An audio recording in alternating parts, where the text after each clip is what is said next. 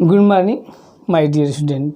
Pay attention to what I will teach today. I will teach today female gametophyte. आज हम आप लोगों को क्लास 12 सीबीएसई बोर्ड के जो reproduction in flowering plant lesson पढ़ा रहे हैं उसमें हम आप लोगों को मेल गेमेटोफाइट के स्ट्रक्चर के बारे में बता दिए हैं। आज हम पढ़ेंगे female gametophyte. What is female gametophyte? जैसा कि इससे पहले वाले वीडियो में हम आप लोगों को पिस्टिल के बारे में बताए थे, उसके स्ट्रक्चर के बारे में बताए थे, जिसमें कि पिस्टिल में बताया गया था आपको 3 पार्ट कंटेंट करता है: स्टिग्मा, स्टाइल, ओवरी। ओवरी में प्लेसेंटा ओवेरियन कैविटी होती है, जिसमें कि प्लेसेंटा से ओव्यूल अटैच रहता है, और ओव्यूल में जो सेल होती है लार्ज मास कंटेन करती है, जिसको बोलते हैं mega spore mother cell. This mega spore mother cell undergo meiosis division and form 4 cell structure that is called megaspore tetrad, and this phenomena is known as megasporogenesis। क्या है भाई मेगास्पोरोजेनेसिस? क्या है? The process in which one megaspore mother cell undergo meiosis division and form 4 cell structure that is called megaspore tetrad. This process is known as megasporogenesis। कहने का means ये है कि जो ओव्यूल है उसमें एक लार्ज सेल होती है जो एक्टिव होती है, उसको बोलते हैं मेगास्पोर। गौर कीजिए, ये मेगास्पोर में 1 न्यूक्लियस है, 1 सिंगल सेल होती है, और इसमें मियोसिस डिवीजन होता है। और मियोसिस डिवीजन के बाद इस एक सेल से 2 मियोसिस में तो 2 टाइम होता है ये डिवीजन, 4 सेल स्ट्रक्चर फॉर्म होता है, जिसे बोलते हैं मेगास्पोर टेट्रेड। इस मेगास्पोर टेट्रेड में 4 सेल होती है, जिसमें 3 सेल डिजेनरेट हो जाती है और 1 सेल एक्टिव रहती है। वह 1 सेल यहाँ पर देखिए, यह 1 सेल में फर्स्ट टाइम जो 1 सेल में न्यूक्लियस होता है, इसे 3 डिजेनरेट हो जाएगी तो 1 सेल बचेगा। इस 1 सेल में 1 न्यूक्लियस है, यह न्यूक्लियस 1 सेल 1 मेगा स्पोर जो होता है, 3 तो डिजेनरेट हो जाते हैं, 1 रिमेन बचता है। उस 1 मेगा स्पोर की जो न्यूक्लियस है फर्स्ट टाइम माइटोटिक डिवीजन करता है। उसके बाद 2 न्यूक्लियस का फॉर्मेशन होता है, देखिए, बट इसमें सेल वॉल का फॉर्मेशन नहीं होगा इनके बीच में, बस फ्रीली डिवीजन होते हैं। तो जो मेगा स्पोर 1 सेल है, 3 तो डिजेनरेट हो गई, बस कितनी गई? 1। उसमें जो न्यूक्लियस होता है फर्स्ट टाइम माइटोटिक डिवीजन करता है और 2 न्यूक्लियस का फॉर्मेशन हो जाता है, बट इसमें सेल वॉल नहीं बनेगी। अब फर्स्ट टाइम में कितने हुए? 1 न्यूक्लियस से 2 न्यूक्लियस। क्लियर? यह 2 न्यूक्लियस फिर से माइटोटिकली डिवीजन करते हैं, ये भी करता है तो और ये भी करता है, तो 1 से 2 हो गया। अब फिर नेक्स्ट टाइम जब होगा तो 2 से कितने हो जाएंगे? 4 हो जाएंगे। क्लियर? फिर माइटोटिक डिवीजन होता है थर्ड टाइम में, तो अब 1 से 2, 2 से 4 और 4 से 8 एक ही सेल के अंदर, in single cell 8 nucleus form हो जाते हैं। बट इसमें भी सेल वॉल न्यूक्लियस को ये फ्रीली डिवीजन होता है, इसमें सेल वॉल का फॉर्मेशन नहीं होता है। तो क्या होता है, जो एक 1 मेगा स्पोर है उसका 1 मेगा स्पोर 1 न्यूक्लियस, तो फर्स्ट टाइम डिवाइड हुआ तो 1 से 2 माइटोटिक डिवीजन, फिर नेक्स्ट टाइम डिवाइड हुआ तो 1 से 2 हो गया, 2 से 4, फिर डिवाइड हुआ थर्ड टाइम में तो 4 से 8। फ्री डिवीजन होता है, मतलब कि सेल वाल का फॉर्मेशन नहीं होता। अब इस 8 सेल न्यूक्लियस में से 6 न्यूक्लियस ग्रुप करके सेल वाल फॉर्म करते हैं और एक सेल ऑर्गेनाइजेशन का फॉर्मेशन करते हैं, जिसको 6 सेल वाला एक ग्रुप बना लेते हैं और रिमेन जो 2 सेल होती है, 2 न्यूक्लियस होता है, वो इसके नीचे एक लार्ज सेल फॉर्म करके ये सिंगली प्रेजेंट होता है। तो 8 में से 6 ग्रुप कर लिया, एक सेल का सेल ऑर्गेनाइजेशन कर लिया 6, और 2 उसमें न्यूक्लियस बच गए, वो जो ये सैक है, एम्ब्रियो सैक है, उसमें एक लार्ज सेल का फॉर्मेशन करते हैं, जिसमें कि केवल 2 न्यूक्लियस होता है। 8 में से 6 ग्रुप करके एक ग्रुप में चले गए और 2 रिमेन बच गए, वो सेंट्रल सेल का फॉर्मेशन करते हैं, जिसमें 2 न्यूक्लियस प्रेजेंट रहता है। क्लियर? 8 में से 6 एक साथ ग्रुप हो गए और रिमेन 2 बच गए, उससे एक सेल बन गया central cell, large central cell. Clear? अब आते हैं जो 6 सेल का ग्रुप है, उसमें से 3 सेल सेपरेट होकर के एक अलग ग्रुप का फॉर्मेशन करते हैं, जो कि माइक्रोपाइल एंड पर चले जाते हैं, और आने के बाद जो 6 था उसमें से 3 आ गए माइक्रोपाइलर एंड पर, और 6 में से 3 आए कहाँ पर? माइक्रोपाइलर एंड पर, और 3 कहाँ रह गए? चैलाजा एंड। देखिए जो 6 ग्रुप था उसमें से 3 माइक्रोपाइलर एंड पर आ गए और 3 कहाँ रह गए? चैलाजा एंड पर। अब देखिए जो 3 सेल का ये ग्रुप है, इसमें से 2 सिनर्जिड सेल का फॉर्मेशन करते हैं। ये 2 क्या फॉर्म करेंगे?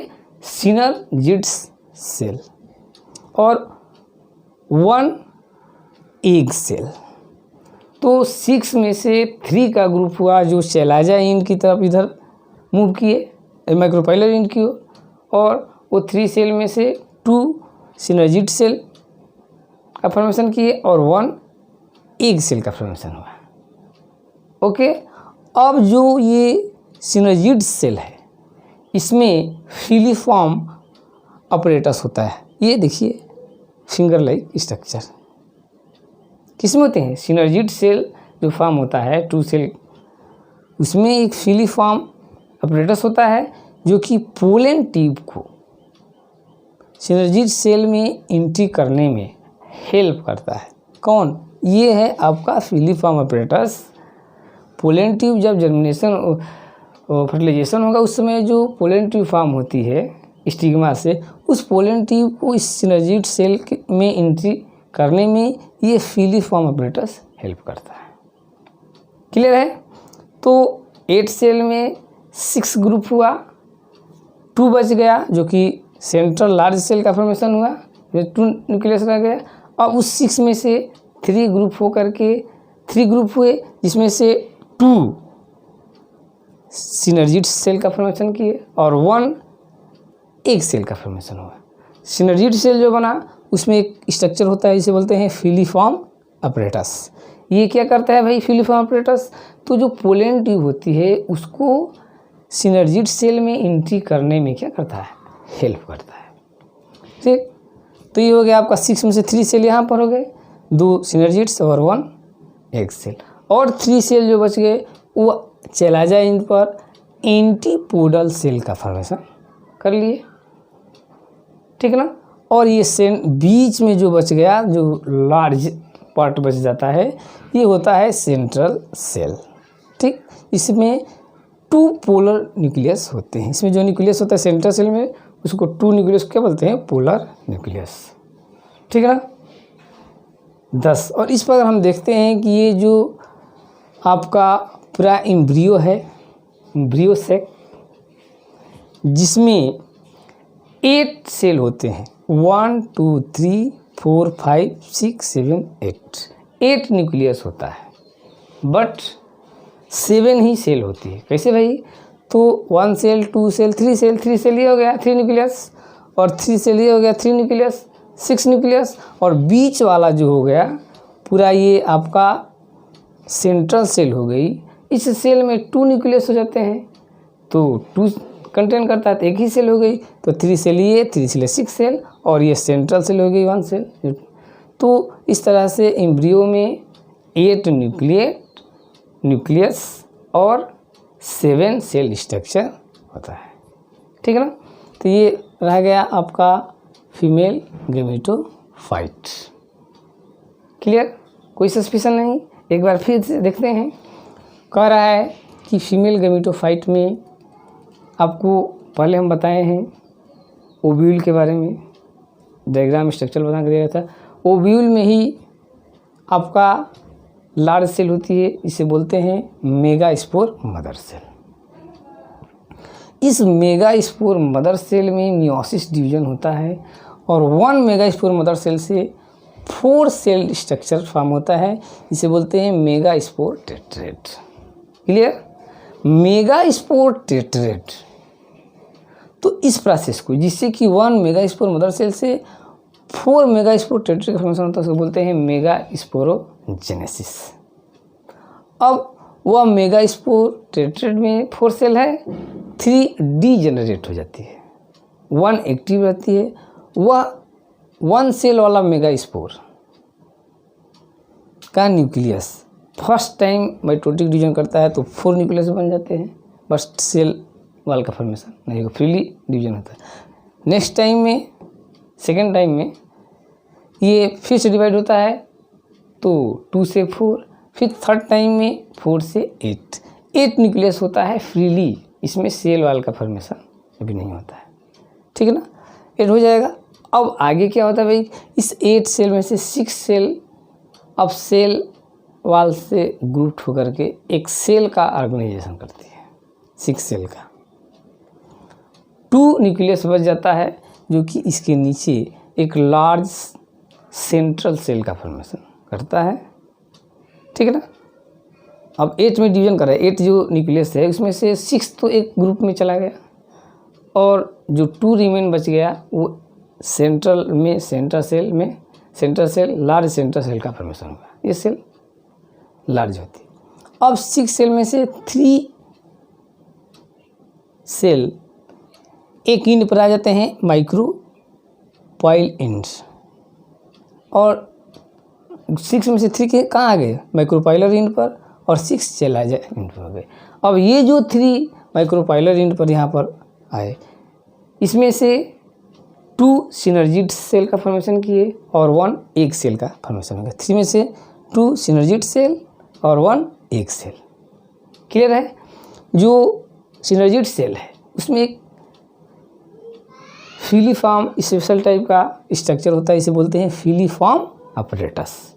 ये क्या करता है? तो यह फिलीफॉर्म अपरेटस पोलन ट्यूब को सिनर्जिड सेल में एंट्री करने में हेल्प करता है, गाइड करता है कि ये फिलीफॉर्म अपरेटस सिनर्जिड सेल में पोलन ट्यूब को एंट्री करने में उसका गाइडेंस करता है, हेल्प करता है। क्लियर? अब जो और अदर 6 सेल है चला जाए इंड पर, इसको बोलते हैं एंटीपोडल सेल। तो 6 सेल में 3 यह हो गया माइक्रोपाइलर इंड पर, और 3 चला जाए इंड पर। जो बीच वाला बच जाता है, जो लार्ज सेल होती है, इसको सेंट्रल सेल बोलते हैं। इसमें 2 न्यूक्लियस होता है। तो इस प्रकार एम्ब्रियो में 8 nucleated and 7 cell structure present रहता है। ठीक है ना? तो ये रह गया आपका जो है कि फीमेल गेमेटोफाइट्स में जो है कि डेवलपमेंट, इसका स्ट्रक्चर एंड डेवलपमेंट। इसके बाद आगे वाले जो टॉपिक है, ठीक है ना, जो कि हम नेक्स्ट वीडियो में आप लोगों को बताएंगे, फर्टिलाइजेशन, ठीक है ना, zygote formation, embryo development next video में आप लोग करेंगे। आप लोग नॉर्मली पैटर्न से पहले ही हम बता चुके हैं भाई। देखिए ये बायो है, यदि आप इसको समराइज करेंगे तो डिफ़िकल्टी क्रिएट करेगा, और स्ट्रक्चर वाइज इसको स्टडी करेंगे तो एकदम इजी है, एकदम इजी, ठीक है ना। और इस पर आपका बहुत ज़बरदस्त